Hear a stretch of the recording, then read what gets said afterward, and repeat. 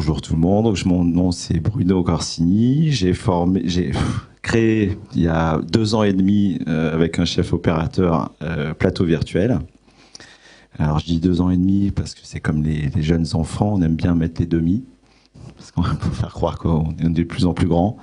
Alors on a créé ce plateau avec aujourd'hui, je suis venu avec François, qui est un des opérateurs du plateau virtuel, qui s'occupe d'opérer Unreal directement sur le plateau. Donc lui, il va vous expliquer un peu le process. Juste pour vous faire une présentation rapide, moi, je viens vraiment du spectacle vivant au départ. Je viens pas du tout de la production audiovisuelle. Je fais un peu de direction de photo, mais plutôt dans l'événementiel. Mais je viens vraiment du spectacle vivant. C'était pas du tout mon cœur de métier, les tournages. Donc, il a fallu que j'apprenne très très vite. L'idée, c'était au départ de tester Unreal de manière plutôt ludique. Et puis, en fait, on a eu des demandes presque immédiatement de tournage. On s'y attendait pas trop. Et du coup, on a créé une société et on s'y est mis à fond.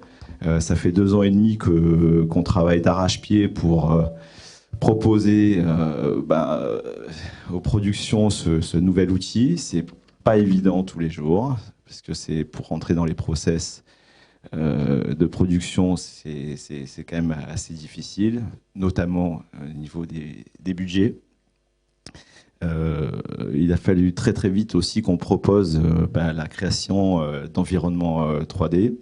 Alors on avait choisi au départ de proposer à la fois la création et aussi de travailler avec des boîtes de post-production, donc qui sont aussi mises à leur tour à Unreal. Donc ça a été un gap un peu compliqué, évidemment, puisque on a acquis petit à petit l'expérience de utiliser des environnements Unreal sur un volume LED, qui n'est pas forcément de la même manière que de l'utiliser sur son ordinateur chez soi. Il y a quelques étapes à franchir. Donc pour nous, ça a été le plus compliqué. La synchronisation des ordinateurs, la synchronisation avec la caméra, le fait qu'on ait du réalisme aussi dans la caméra. Donc ça, c'est le process en cours toujours, parce que c'est pas non plus aujourd'hui les environnements. Ça reste un jeu, un moteur de jeu temps réel pour de vidéos, des jeux vidéo. Donc le retour des productions qui sont souvent frileuses, c'est que on manque un petit peu encore de réalisme, mais Unreal est en train de passer de plus en plus d'étapes pour qu'on soit de plus en plus proche du réalisme. Et pour nous aussi, l'idée, c'est de pouvoir afficher à l'image de plus en plus de frames, quoi. C'est un peu le jeu aujourd'hui sur des gros environnements. Alors, on l'a vu depuis ce matin. C'était intéressant de voir donc avec Art Graphique et Patrimoine, on a déjà eu chez nous des fichiers qui arrivaient un petit peu comme ça, nuage de points, photogrammétrie, qu'il a fallu adapter au mur. C'était très compliqué pour certains environnements. Mais c'était pas des environnements de Art Graphique et Patrimoine. Non, pas du tout. Il faut que tu ailles voir les experts. Ouais, exactement. Ouais. Non, pas du tout. Nous, on découvrait ça un petit peu aussi.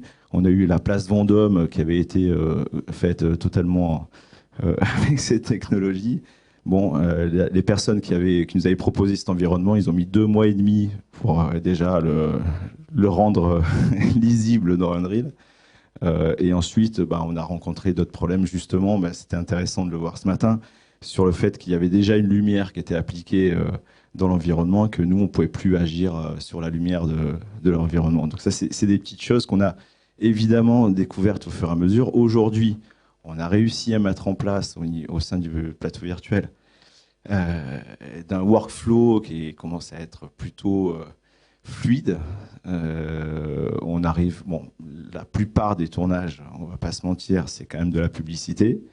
Donc ça veut dire des temps de production qui sont très très courts. C'est-à-dire que parfois on nous demande des environnements une semaine avant.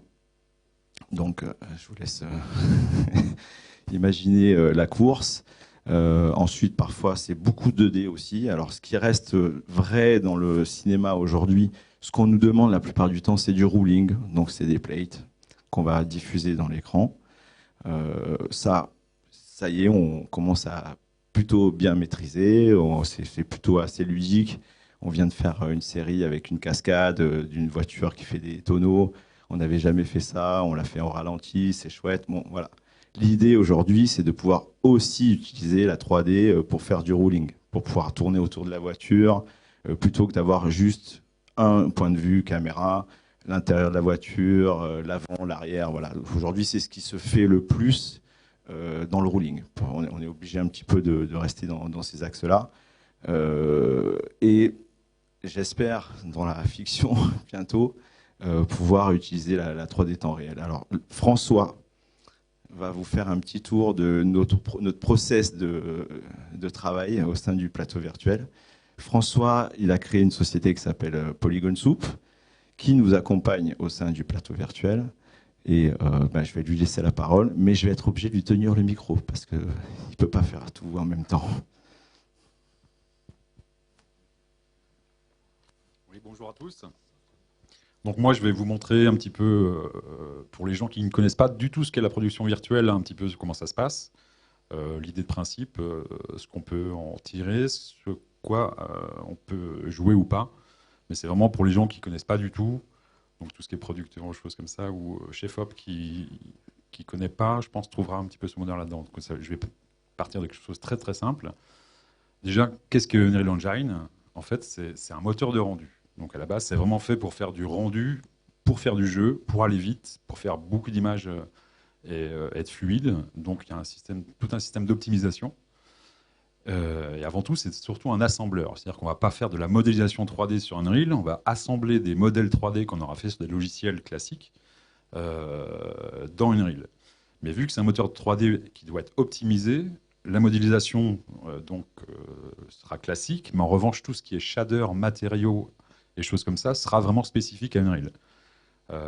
Donc on peut faire une super scène sur un super logiciel style Houdini avec des super matériaux. Quand on en voudra l'utiliser dans Unreal, il y a une bonne partie qu'il faudra refaire sur les matériaux. Et après aussi, en fonction, optimise ou pas la géométrie. Autre chose aussi, c'est que vu que c'est toujours pour de l'optimisation, toute la lumière qui est faite aussi sur les logiciels classiques sera à refaire dans Unreal, puisque Unreal utilise ses propres systèmes, et notamment des systèmes d'optimisation sur les lumières, on y reviendra plus tard, qui peuvent être impactants beaucoup sur, quand on doit tourner en plateau virtuel et en temps réel, sur ce qu'on peut modifier ou pas en live sur le plateau quand on est en tournage. Parfois, on a des superbes scènes où on a fait des super beaux rendus de matériaux, de textures et de lumière, et le chef-op dit « Ouais, mais là, c'est possible de changer la lumière qui est là-bas. » Alors, si on est prévenu suffisamment tôt, on pourra le faire. Si on n'est pas prévenu, ça peut prendre entre 10, 15, 20, 30 minutes de rendu pour pouvoir tourner la scène. Donc ça, c'est vraiment une chose à prendre en compte quand on prépare des scènes Unreal pour le tournage en temps réel. C'est de se dire, OK, sur quoi on veut jouer en tant que lumière, sur quoi on est sûr qu'on ne va pas bouger, on va rester là-dessus. Donc ça, c'est la première chose. Donc l'idée de principe, c'est déjà de modéliser le vrai mur LED qu'on aura sur le plateau dans notre environnement 3D. Donc là, c'est ce qu'on voit apparaître ici. Là, c'est la scène d'exemple classique qui est fournie par Unreal. Donc c'est une petite scène démo qui représente un mur LED courbe sur lequel le principe est celui-ci, c'est-à-dire que ça, c'est notre mur LED physique qui correspond à la taille, à l'échelle qu'on a sur le plateau. Ça, c'est la caméra qui sera traquée, voilà, qui sera traquée en live et qui est reprojetée sur ce mur. Je vais vous la montrer plus facilement. Où est le chroma key?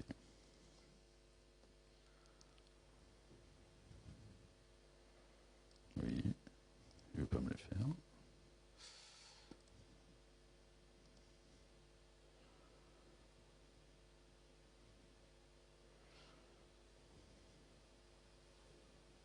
Je ne vais pas le trouver. Parce que ce qui est bien sur Unreal, c'est qu'il y a énormément d'options. Donc on passe son temps à chercher toujours où sont les options. Non, bon, tant pis. Mais en gros, donc là on a notre caméra qui correspond à notre caméra qui est traquée. Et donc sur le plateau virtuel, par exemple, j'utilise un système de tracking qui s'appelle Motive, d'OptiTrack, qui est ce logiciel-là. qui correspond en fait à des... Le principe sont des caméras infrarouges qui sont placées sur le plateau, qui émettent et reçoivent de l'infrarouge, mais qui ont aussi des émetteurs infrarouges. Donc ça, c'est un enregistrement qui a été fait sur un vrai tournage. Donc c'est un petit peu disparate, ça se passe un peu partout. Et donc, ce qu'on voit ici, c'est le tracker qui correspond à la caméra qui était sur le set. Et donc, on voit voilà, le déplacement qu'il peut avoir et ses positions. Et donc ça, c'est retransmis en temps réel, directement dans une reel, ici. Et donc là, on voit bien la reprojection de la caméra sur l'écran, qui correspond vraiment à ce qui se passait ce jour-là sur le tournage. Donc là, le mur qui est derrière ne correspond pas forcément au mur qu'on avait sur le plateau virtuel, mais le principe est celui-là. Donc c'est toujours c'est d'avoir un fond fixe qui correspond à la réalité du mur, comme si c'était une fenêtre, pour avoir des réflexions réalistes, genre on met une voiture ou un objet brillant, les réflexions seront toujours justes, et une caméra, c'est-à-dire un frustum qui correspond à la caméra par laquelle on filme, qui correspond vraiment à la perspective, comme si on était dans l'univers 3D. Donc, alors que si on avait tout l'écran qui correspondait à la caméra, les réflexions seraient fausses, et du coup, on aurait des vrais problèmes, notamment si on fait une voiture dans un tunnel et qu'en fait tout bouge autour, on n'aurait plus du tout l'impression qu'elle est dans un tunnel. Donc voilà l'idée de principe du logiciel. Chose importante, vu qu'on est dans un système de tracking avec des caméras qui sont positionnées dans un environnement réel, il faut que tous les éléments 3D soient à échelle qui correspondent vraiment à l'échelle humaine. C'est-à-dire que là, si nous on vient placer un cube de 2 mètres dans la scène, au niveau du mur, il fera 2 mètres vraiment dans l'écran. On pourra se placer, mesurer, ça fera 2 mètres. C'était des grosses questions qu'on avait au début, tous les gens nous disaient, mais vous êtes sûr que c'est la bonne échelle? Oui, c'est la bonne échelle, c'est certain. Et il faut surtout que tout corresponde et que ce soit la bonne échelle. L'avantage d'être dans un environnement 3D, on est dans un environnement 3D en 360, c'est-à-dire que là, dans cet exemple, il y a un seul mur qui correspond à une fenêtre. Mais sur le plateau virtuel, par exemple, il y a un plafond plus des panneaux mobiles de chaque côté, qui sont eux également aussi traqués. Donc quand on déplace les panneaux mobiles, ça fait des fenêtres qui correspondent à l'environnement 3D tel qu'il est. Donc ça, c'est le reset. Bon, là, il n'y a pas d'ailleurs, oui, je pensais qu'il y avait les latéraux, mais il n'y a pas les latéraux. Donc ça, c'est le vrai mur existant du panneau LED. La demande, c'était de faire un désert Qatari, avec une géométrie qui correspond vraiment au désert Qatari, qui est cette sorte de plateau rocher. Le problème qu'on avait, par exemple, sur ce genre de choses,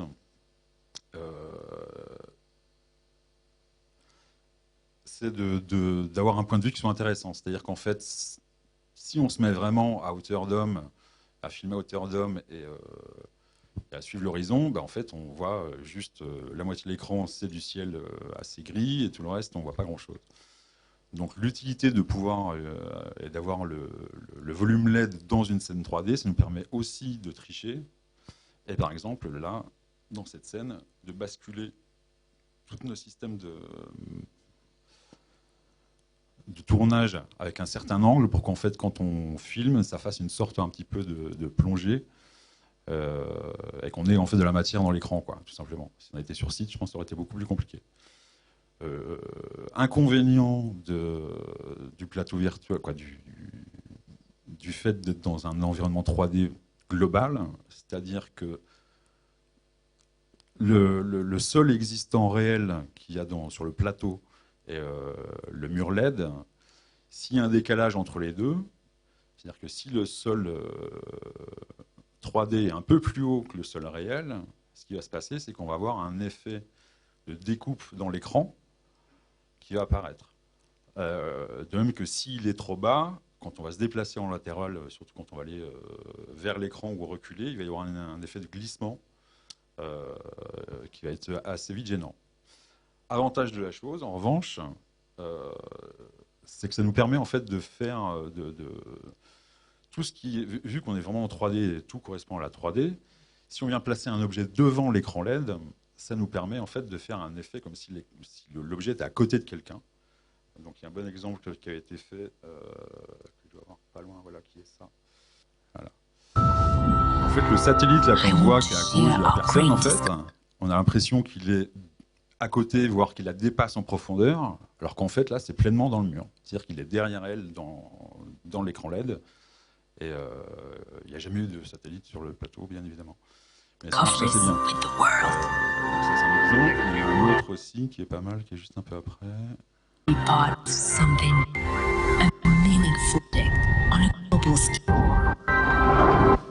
Voilà. Voilà. Ça, c'est pareil, c'est qu'en fait, là, il y a juste 2 sièges devant un écran LED. L'effet de profondeur. Donc, c'est un peu avant. Voilà.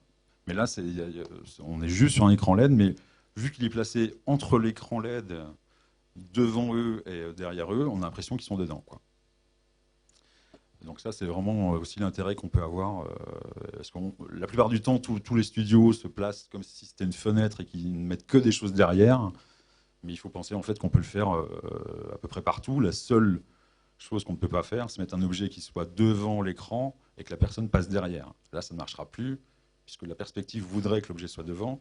Mais la personne devrait passer derrière, en fait, elle va passer devant l'objet. Donc là, ça ne marche plus du tout. Après, ça peut être un effet de style si on veut, quoi. Voilà, principalement pour ça. Après, ce qu'on peut faire en live ou pas. Alors, je vais lancer une autre scène.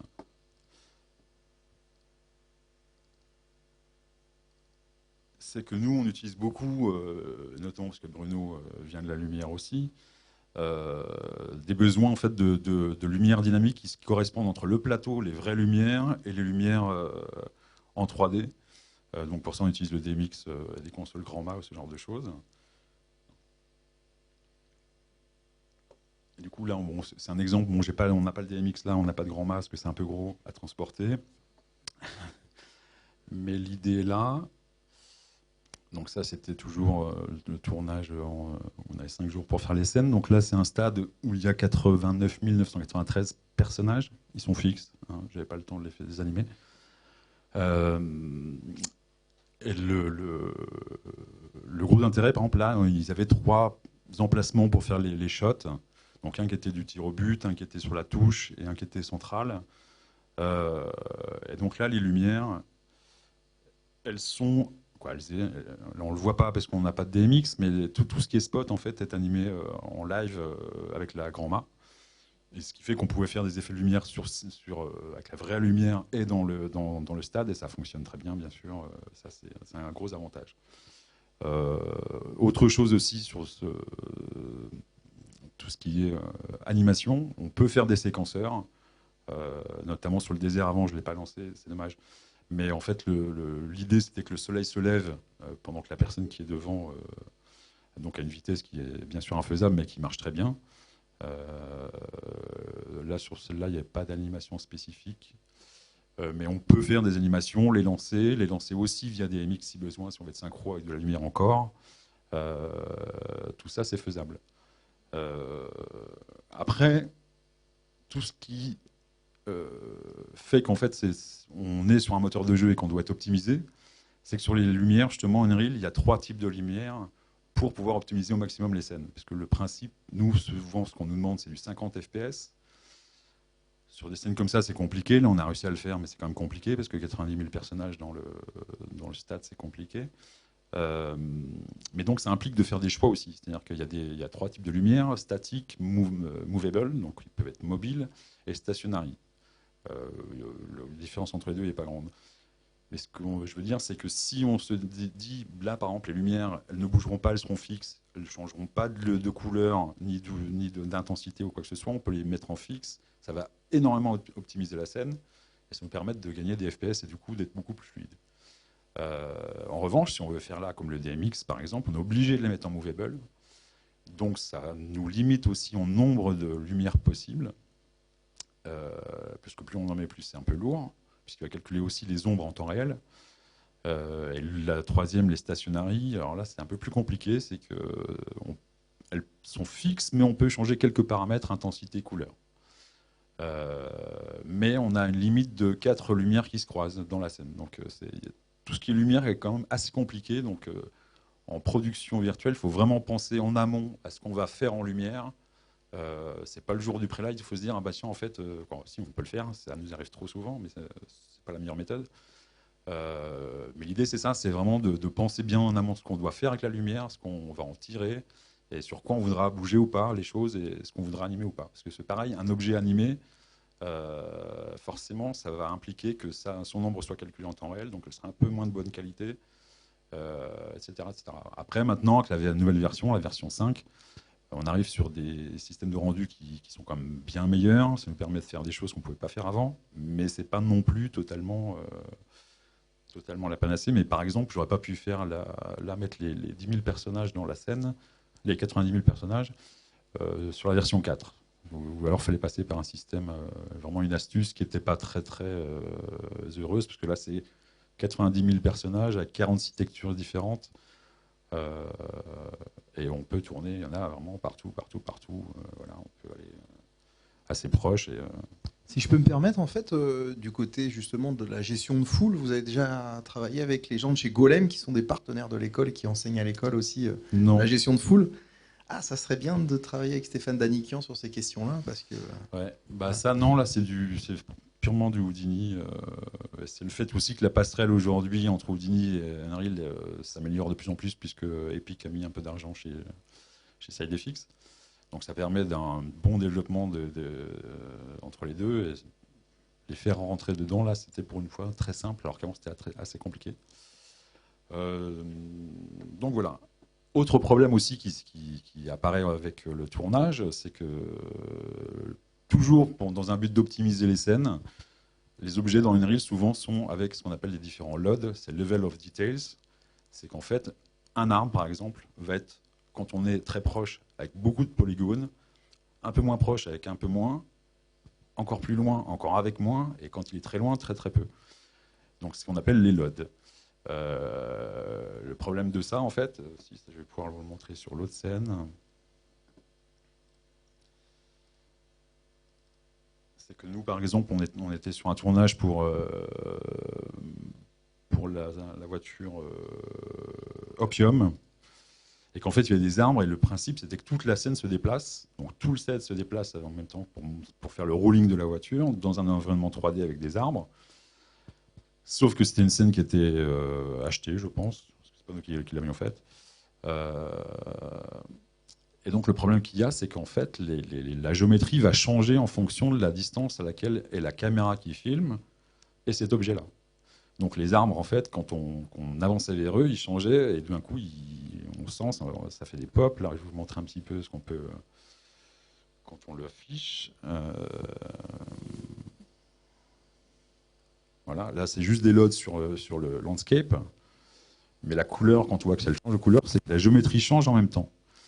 Et donc quand il se passe ça sur des arbres, c'est que dans l'image, forcément, on va sentir un pop à chaque fois. Et donc quand il y a beaucoup d'arbres, ça fait beaucoup de pop en même temps, et que ça en tournage, c'est juste pas possible en fait. Donc il y a des optimisations qui sont faites pour le jeu, qui peuvent être utiles pour nous, mais parfois vraiment pas du tout utile. Donc voilà, il y a tout ce genre de choses qui peuvent être aussi des gros inconvénients dans le virtuel. Autre chose par rapport au fait d'être en temps réel, c'est qu'on ne fera pas des explosions, des fumées. Alors des fumées, ça va à peu près quand elles sont assez floues, pas très définies, mais un décollage de navette spatiale, c'est pas encore pour tout de suite. Ça se développe, hein, ils sont dessus, mais pour l'instant, c'est vraiment assez léger. Donc ça, c'est des choses qu'on ne pourra pas faire. Après, pour terminer sur tout ce qui est possible sur le set, c'est que une fois qu'on a réglé toutes nos lumières, toute notre scène, toute notre géométrie, que tout va bien, on va pouvoir faire un peu de color grading dessus. Alors, c'est pas au niveau non plus de ce que peut faire un étalonneur DIT que je souhaite toujours avoir sur un set, mais c'est rare. Ils se font rares, surtout quand ils font du temps réel. Mais on a tout un système de post-process en fait sur le système qu'on peut faire. Parce que là, par exemple, sur le set de plateau virtuel, il y a 2 écrans pour faire le fond curve. Pardon, j'ai pas cliqué sur le bon truc.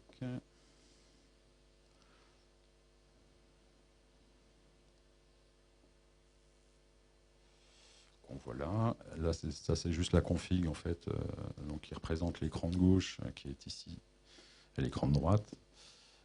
Et on peut régler la couleur par écran, ou pour tout le fond, ou pour juste le frustum. Ça, c'est pas un souci, en fait. D'ailleurs, c'est ce qu'il y avait là actuellement. Alors là, on ne le verra pas. Il faut que j'active le preview.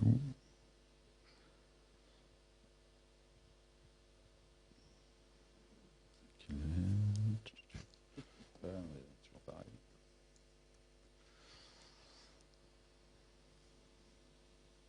Voilà, donc là par exemple, pour voir quelque chose très vite, c'est la saturation qui est à 0.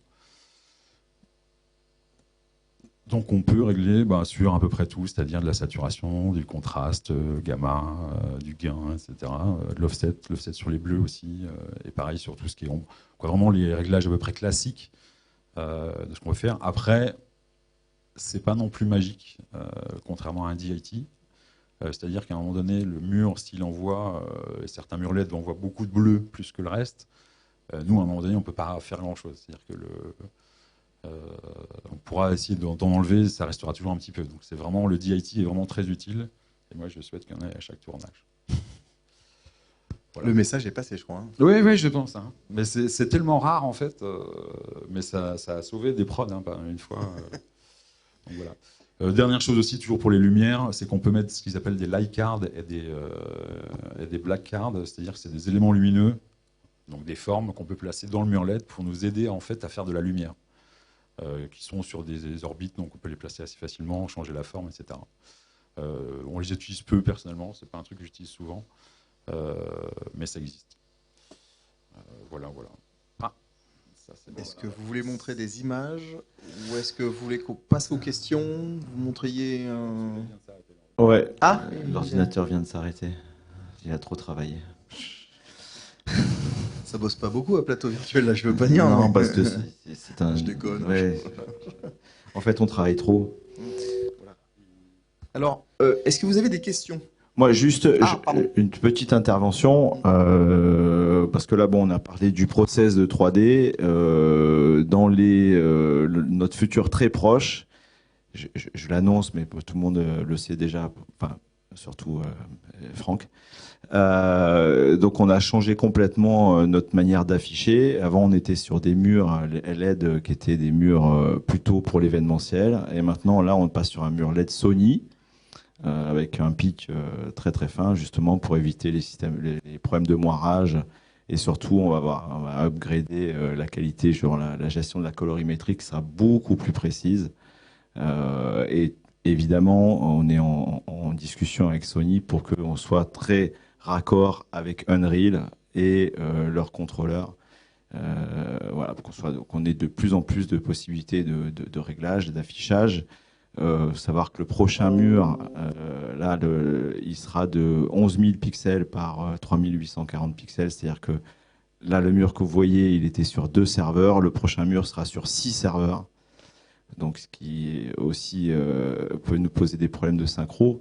Mais ça fait partie aussi de la chaîne globale avec Unreal. Et puis, l'affichage, ce qui est aujourd'hui quand même le nerf de la guerre aussi, c'est le plus important. Voilà, juste parler de ce petit événement.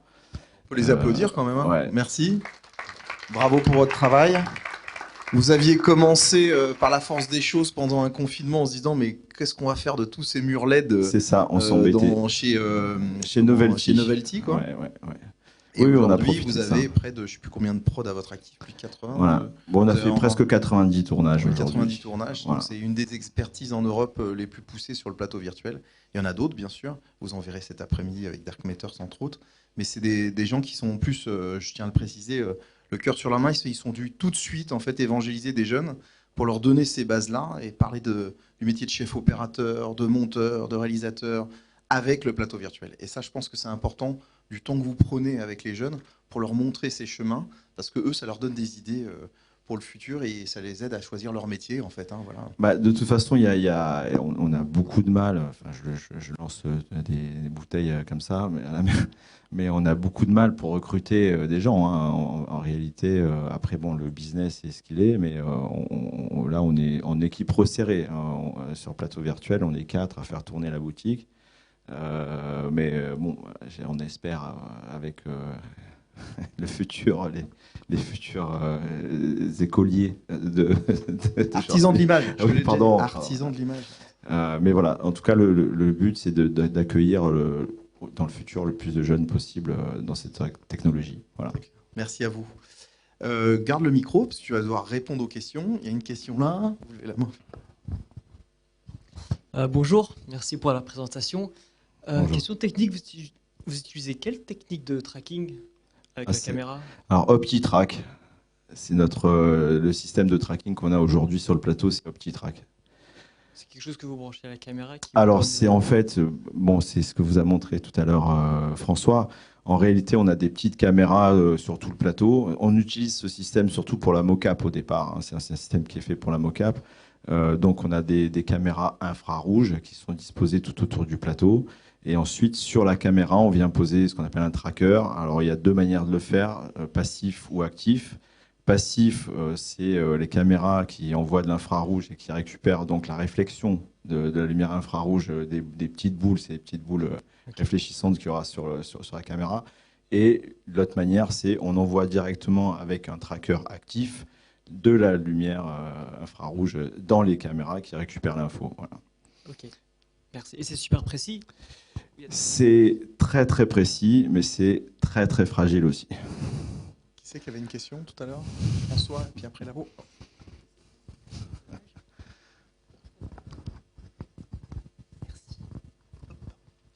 Merci beaucoup pour cette présentation réaliste, parce que c'est bien aussi d'exprimer les choses qui ne marchent pas ou qui marchent difficilement parfois, c'est rare.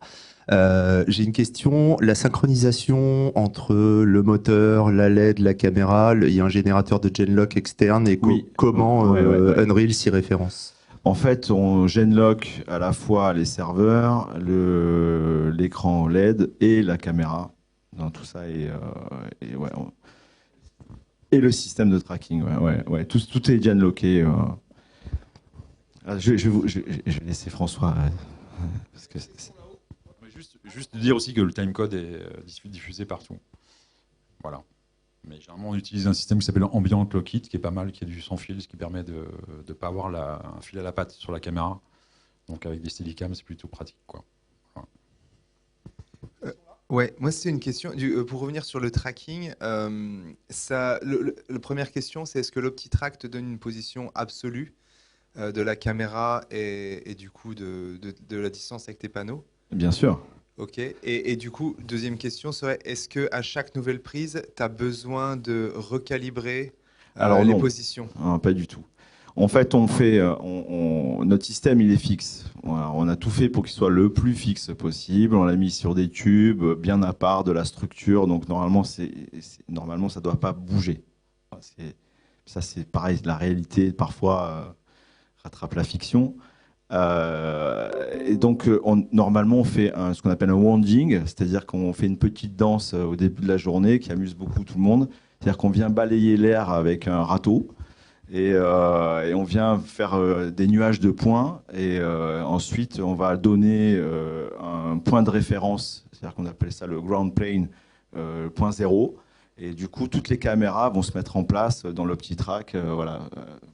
Ce que vous voyez là, c'est la position exacte de chaque caméra, les petits cônes là, que vous voyez. Et donc ça, c'est le truc qui se déplace. Ben ça, c'est la caméra. Alors, ce qui est chouette, c'est que le tracker, on en a plusieurs de trackers avec des accroches différentes. On peut en mettre même plusieurs sur le set. C'est comme si c'est un système de mocap. On a déjà fait. On pourrait être en capacité aussi de mettre une combinaison mocap et traquer aussi en même temps un personnage. Donc c'est un système de tracking. L'OptiTrack, c'est quelque chose qui existe depuis quand même assez longtemps. Hein. C'est un super logiciel. C'est un super système. Après, il a ses limites aussi, mais comme plein de logiciels et de systèmes de tracking, Là, dernièrement, on a vu Mosys qui est venu nous voir, qui nous a présenté leur nouveau tracking qui a l'air génial aussi. Le seul avantage pour nous d'UptiTrack, c'est que on peut passer d'une caméra à une autre très très rapidement. C'est-à-dire, on est sur un steady, hop, on vient poser le tracker, il a juste besoin d'une petite alimentation, une petite prise USB. On vient passer sur une grue, hop, on déplace le tracker, ou alors on met un tracker sur chacun et après on vient cliquer tracker 1, tracker 2. Voilà, donc c'est très très très très utile. C'est ce qui est utilisé dans la plupart des grosses productions. Si vous avez l'occasion d'aller voir un peu les behind the scenes de certains projets, vous verrez qu'il y a toujours un petit tracker, un petit track, il y a toujours des petites caméras qui dépassent des murs LED. Donc c'est quand même quelque chose qui est très utilisé. Nous, au départ, on l'a pris parce qu'on a essayé plein de systèmes de tracking et celui-là nous semblait le plus adapté à une utilisation hybride. C'est-à-dire qu'on peut faire plein de choses avec. En revanche, et ça, je mets toujours un bémol là-dessus, c'est-à-dire qu'on a aussi notre technologie qui nous permet parfois de sortir du mur LED, c'est-à-dire qu'on fait ce qu'on appelle de l'extension de scène, c'est-à-dire qu'avec un nouveau logiciel, c'est une nouvelle couche qui se met par-dessus Unreal, on va oublier que l'écran LED a un bord et la 3D va continuer. C'est comme un logiciel de compositing. Donc la 3D va continuer en dehors du mur LED. Et en revanche, là, utiliser l'UptiTrack, ça ne marche pas du tout. Parce que l'UptiTrack vibre un peu. Et ça, on n'arrivera jamais vraiment à raccorder le mur avec l'extension. Là, on utilise des outils traqués, des grues traquées qui nous donnent du 3D. Des robots, voilà. Ou alors peut-être d'autres logiciels de tracking. On n'a jamais eu l'occasion de tester un logiciel de tracking qui est cette précision-là et qui nous permette voilà, de ne pas avoir de tremblement sur les extensions de scène et la réalité augmentée aussi. Mais ça, ce sont des sujets qui viennent surtout, nous on les a eus dans l'événementiel. Bon, c'est ce qui ne nous intéresse pas trop en réalité. Mais non, on l'a vu, nous, tu nous as fait donné la chance d'aller voir le tournage sur l'Agence spatiale européenne avec les élèves, où il y avait un robot qui était téléguidé par Unreal et tout ça. Ça, c'était vraiment impressionnant. Là. Donc c'était de la pub, quoi. Ouais, c'est de la pub. Non, enfin, c'était un clip de recrutement pour l'Agence spatiale européenne, parce qu'ils ont besoin d'astronautes. D'ailleurs, si vous voulez venir... Il y a une autre question, Bruno, ici. Bonjour, bravo pour tout ça. Et si, là vous êtes à Paris, et si on a besoin de vous, mais ailleurs, est-ce que... C'est possible. Est-ce que c'est jouable? Non, en réalité, on a déjà monté des studios ailleurs. Pour la petite histoire, on a monté 2 studios en Arabie Saoudite, un pays très sympathique. C'était plutôt pour de l'événementiel. En fait, on avait investi dans 2 kits complets pour pouvoir équiper 2 studios complets. On a notre studio qui tourne là et on a le kit en double en serveur et en tracking. Les écrans LED, en réalité, tu peux en trouver un peu partout. Donc ça, c'est moins compliqué. Ça dépend le niveau de qualité que tu cherches sur ton tournage. Voilà. Dernière petite question. Bonjour. Encore merci pour la présentation.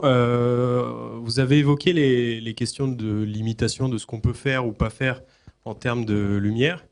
Moi, ce que je voudrais savoir, c'est est-ce que vous avez des limitations du point de vue de la prise de vue?